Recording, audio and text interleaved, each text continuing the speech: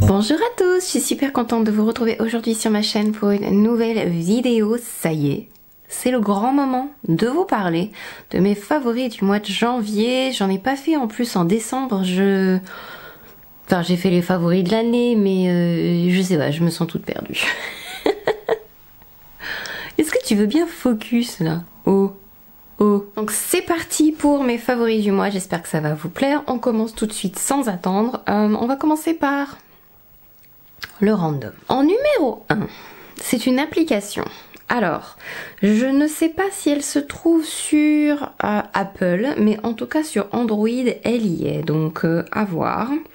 C'est une application qui s'appelle Toady. Alors pas Toady comme c'est un taudis, mais Toady comme tidy en anglais. Voilà, donc c'est une application de ménage. Alors c'est super bizarre à dire comme ça, mais j'ai besoin de motivation pour maintenir ma maison propre. C'est ou moi, ou mes enfants, ou la maison, mais avec ça j'arrive à presque que ce soit tout le monde propre en même temps. Donc, et ça, enfin, après, quand on travaille beaucoup, on a aussi plus de difficultés, je trouve, à se trouver un moment pour faire quelque chose.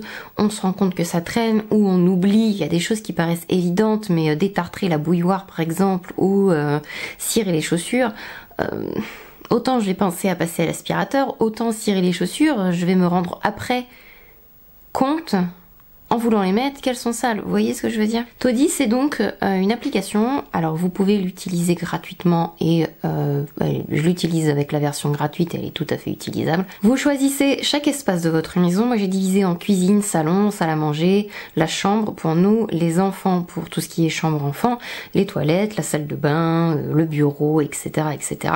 Et après vous pouvez définir des tâches et la fréquence à laquelle vous allez le faire. Par exemple, aujourd'hui, je dois ranger la salle de bain. Donc, ah bah j'ai fait mes factures, tiens. Tac. Oui, c'est vert. Changer le tapis de la salle de bain. Ah non, j'ai pas fait. Ah, je suis en retard dans mon passage d'aspirateur de cuisine. Oups. Mais ranger le salon, on l'a fait hier. Hop, ranger le bureau. C'est fait. Classer les papiers. Est-ce que j'ai fait ça? Nettoyer le lavabo de la cuisine. Ah, bah je le ferai tout à l'heure. Donc voilà, et vous avez comme ça...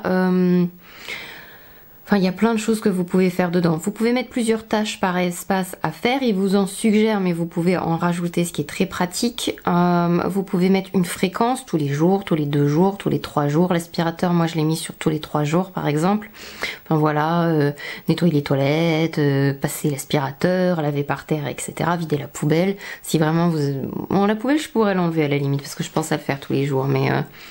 Bon, vous avez compris. Je trouve ça hyper pratique. Vous pouvez faire un rappel de notification le matin avec la liste des choses à faire et il suffit de cliquer dessus pour enlever et c'est très encourageant, ça vous félicite à chaque fois que vous avez fait quelque chose.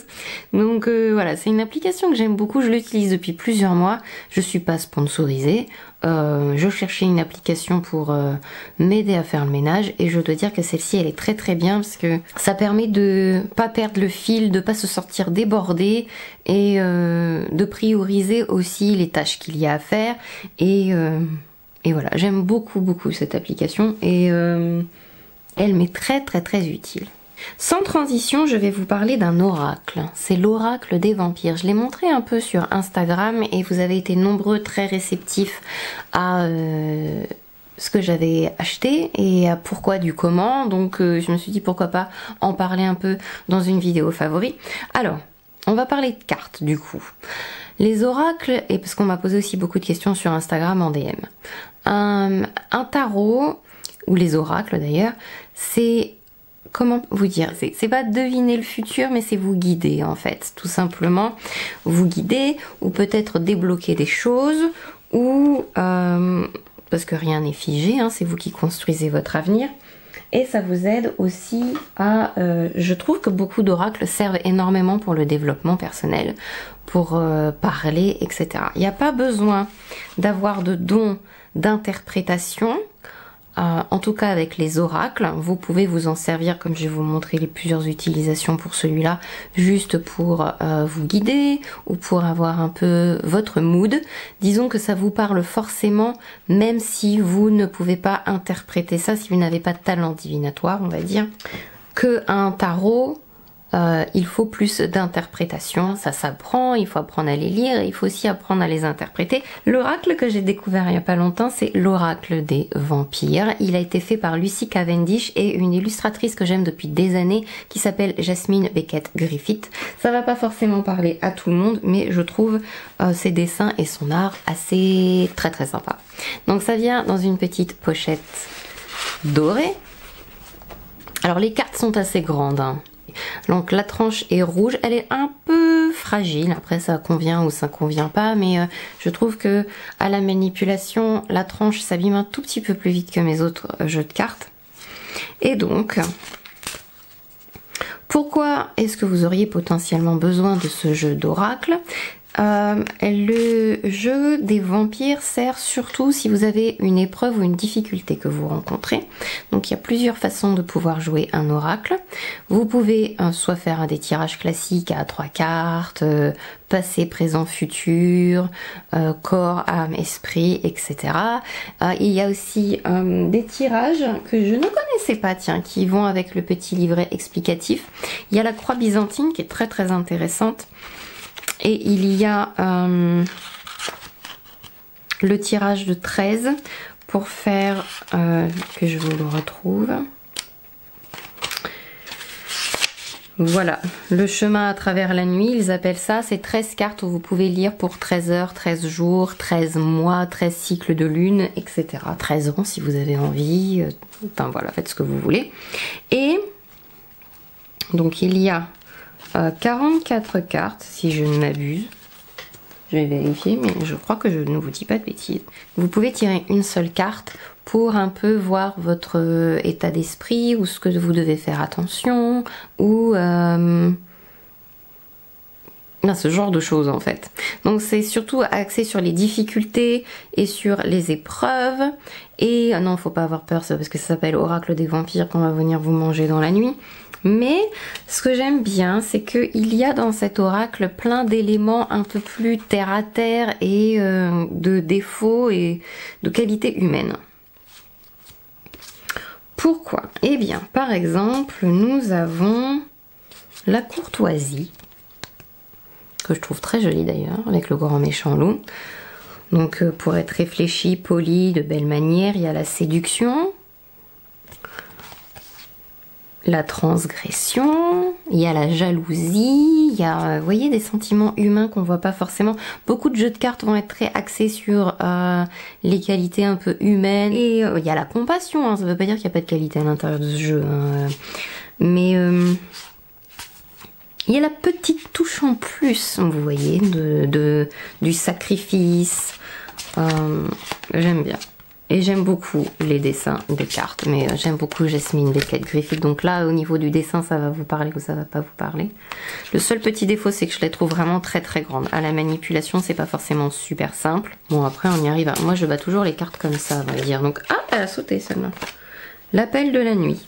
Donc, on va s'en servir comme exemple. Vous pouvez juste utiliser ça là où le livre est très bien fait. C'est pour ça que j'aime bien les oracles, ils sont accessibles. Donc, vous avez la carte 16 et vous avez donc l'explication du livre, la bénédiction, toujours le côté positif de la carte, la malédiction, si jamais vous l'avez tiré à l'envers ou si vous sentez qu'il se passe quelque chose de pas bien, vous pouvez lire la malédiction. Et ce que j'aime bien, c'est que c'est pas la malédiction n'est pas quelque chose de négatif, genre le soleil, le ciel va vous tomber sur la tête demain, quoi. Par exemple là, ça met ah bah c'est des mots-clés d'ailleurs. Pensée routinière, conditionnement pour obéir, la paresse, l'ennui, la lâcheté, l'indifférence. Et vous avez une partie que j'aime bien, c'est l'utilisation de cette carte. Donc il est temps d'aller au-delà des endroits et des personnes avec qui vous vous sentez en sécurité. Il est temps de déployer vos ailes et de chercher de nouveaux amis, de vivre d'autres expériences et de connaître d'autres personnes. Vous gagnerez tellement si vous osez partir en exploration. Vous voyez, c'est pas... J'aime bien les messages qu'il y a pour toutes ces cartes, même si on a l'impression, vous voyez le sacrifice par exemple, que c'est hyper négatif. Il y a une chose que vous pourriez devoir abandonner, cela pourrait être ce que vous permettrait de faire ce qui est bon pour votre âme. Vous devez laisser quelque chose qui à bien des égards vous flatte, vous excite et vous apaise. Cela pourrait être le sacrifice du sommeil le matin pour courir. Cela pourrait être le sacrifice du luxe de recevoir son salaire afin d'explorer sa vraie vocation. Cela pourrait être le lâcher prise du confort afin d'explorer. Enfin voilà. J'aime beaucoup l'esthétique et les cartes de ce jeu. Voilà, il n'est pas sorti hier, mais je l'ai découvert il n'y a pas longtemps. Un très bel, j'adore. Je tirais les cartes il y a très longtemps et j'ai repris et je suis presque à la collectionnite aiguë des oracles et des tarots maintenant, mais c'est une autre histoire. Donc, mon gel douche favori. Ce truc est une merveille, il sent tellement bon, faut que j'en rachète, faut que je me garde la bouteille à côté, que je me le note tout de suite. Je pourrais pas vous décrire l'odeur, mais ça sent trop bon. C'est marqué fève de café et baie d'açaï. C'est Ushuaïa. Je ne trouve pas que ça sent le café du tout. Je sais pas si c'est la baie d'açaï qui sent comme ça, mais alors... je suis accro à ça. Ça sent mais tellement bon. Sentez-le. Un de ces quatre. Vous allez devenir accro vous aussi. Enfin voilà, je suis nulle pour décrire les odeurs. C'est un gel douche très bien. La formule est vegan si jamais vraiment c'est votre truc. Et franchement, ça sent tellement bon ce truc. Ensuite, il y a un soin. J'ai découvert, grâce à un lot que m'a envoyé L'Oréal pour Noël, plein de produits de la gamme Revitalift. Et je dois dire qu'au mois de janvier, ce petit truc m'a vraiment tapé dans l'œil. D'ailleurs, c'est le cas de le dire parce que c'est une crème pour les yeux. Donc, c'est le Revitalift Filler Hyaluronique Acide. C'est donc une crème pour les yeux. Vous avez un embout métal froid qui est hyper bien pour appliquer et masser le contour de l'œil. C'est un vrai plaisir. On a l'impression en plus que ça décongestionne et je pense pas que c'est que mon imagination. Ça décongestionne, ça apaise. Et c'est vraiment très hydratant pour le contour de l'œil sans être trop gras. La texture est vraiment super sympa et même si la texture est comme ça un peu plus légère, je me sens vraiment avec le contour de l'œil très hydraté et pourtant il fait le matin moins 4 degrés. Très agréablement surprise parce qu'il est léger et je me suis dit ça va pas être suffisant et en fait si. Il est très confortable, très hydratant et j'avoue que l'embout là à masser c'est le petit truc en plus hein, quand même, j'adore. Ensuite, maquillage favori, la Mini Biba palette. Je l'ai depuis plusieurs semaines maintenant et j'adore. J'ai pris, qu'est-ce que j'ai utilisé là sur mes yeux? J'ai utilisé les deux couleurs là et un tout petit peu de ça au ras des cils. C'est une très belle palette. Les couleurs, j'adore. La facilité d'application, c'est la qualité Natasha Denona, même dans les plus grandes palettes. C'est une excellente mini palette. J'adore les couleurs pêche comme ça. Et un peu... j'ai pas le terme. J'arrive pas à décrire la couleur. Là, tout de suite, ça me vient pas, mais j'adore. J'adore cette palette. J'adore. J'ai utilisé en blush le... produit qui était sorti avec ça. Je l'ai appliqué avec les doigts. Alors maintenant que la première couche est partie, il est un peu plus malléable. Je vous conseillerais même plutôt de l'appliquer avec les doigts au début et après d'estomper avec un pinceau. Mais quand on le réapplique après longtemps, vous savez, on l'a pas utilisé tous les jours ou même on l'a utilisé le lendemain ou le surlendemain, il ressèche un peu sur le dessus. C'est vraiment une texture très bizarre. C'est une crème avec légèrement... mais comme une poudre en même temps. Et mais voilà.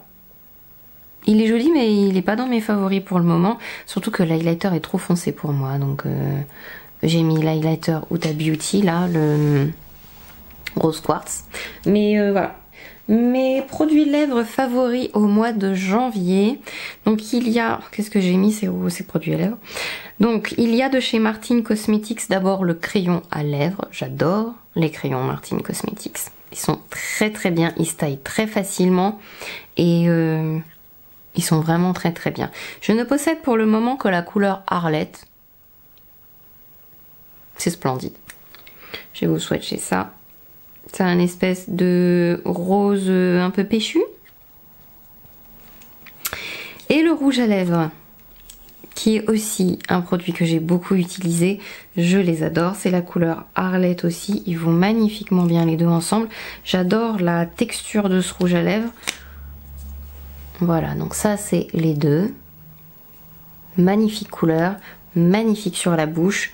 Bonne tenue pour un rouge à lèvres classique, dessèche pas. Après il est quand même un peu velours mat, donc si vous avez les lèvres très gercées, ça va se voir quand même un peu dessus. Mettez un bon baume, mais trop beau. Ensuite, j'ai beaucoup utilisé là dernièrement le baume à lèvres Love Stone que je porte là avec le crayon de chez Martin Cosmetics de Huda Beauty. C'est un baume, moi je dirais surtout que c'est un gloss hydratant. Parce que si vous n'utilisez que ça en plein hiver, vous allez quand même avoir la bouche un peu desséchée. Donc il faut entretenir votre bouche avec un vrai baume, mais pour un gloss hydratant, il est magnifique. Il fait vraiment une belle bouche. Il est un peu coloré, pas trop. C'est ce que j'appelle vraiment un vrai gloss pour le coup. Un baume gloss, mais très confortable. Je trouve pas qu'il colle. Et si j'utilise lui la journée et un vrai baume le soir, ma bouche est confortable. Il est très beau. J'aime beaucoup. Il y a comme des petites particules. Il est un peu pêche. Oh, les trois vont super bien ensemble. Il est un peu pêche et il y a des petites particules pêche rosées dedans. La couleur est magnifique. J'aime beaucoup. La bouche brille de ouf. Donc c'est Love Stone. Très beau. Mascara que j'ai adoré. Je délaisse les autres là en ce moment d'ailleurs pour ne porter que lui. J'aime beaucoup la formulation, la couleur. Elle est bien noire et j'aime beaucoup la brosse. Même si sur mes cils rikiki, a priori, on se dit que ça sert à rien. J'ai fait une vidéo dessus et la formule, au bout d'une semaine, c'est encore plus bonifié. Donc, il s'agit du mascara Idol de Lancôme, mais la version waterproof. Et en plus, il n'est pas trop difficile. Bon, alors, faut quand même un peu de produits spécialisés pour le démaquiller, hein, votre baume, votre huile démaquillante, ou alors un peu de bifacile parce que l'eau démaquillante, ça va dépendre de laquelle, mais tout n'arrive pas à dézinguer celui-là. Mais c'est un super mascara qui, quand même, vraiment bien sur mes cils, vraiment moche. Enfin, j'aime beaucoup. J'aime beaucoup ce mascara. Et en dernier, je vais vous montrer l'autre que je me suis acheté. Ça va vous surprendre, mais j'ai acheté ces fossiles sur AliExpress. Et ils sont vraiment beaux. On dirait que j'ai dépensé une fortune dessus, alors que pas du tout. Je vais vous mettre le lien en barre d'infos. La forme que j'ai, c'est le M52. Ils sont comme ça dans la boîte. Alors la bande paraît un peu épaisse, mais ça fait comme un tissu très souple. Donc en fait on le sent pas du tout. On sent pas du tout la bande comme une bande transparente de chez Ardell par exemple. Alors moi j'avoue que j'ai un peu l'habitude de porter des fossiles quand même, mais je vous jure que la bande on ne la sent pas, elle est vraiment très souple. Et ça m'a même surprise d'ailleurs quand j'ai la première fois retiré le fossile du packaging, c'est que c'était vraiment très souple. Je me suis dit j'arriverais probablement pas à le mettre, alors que si, au final. Très beau.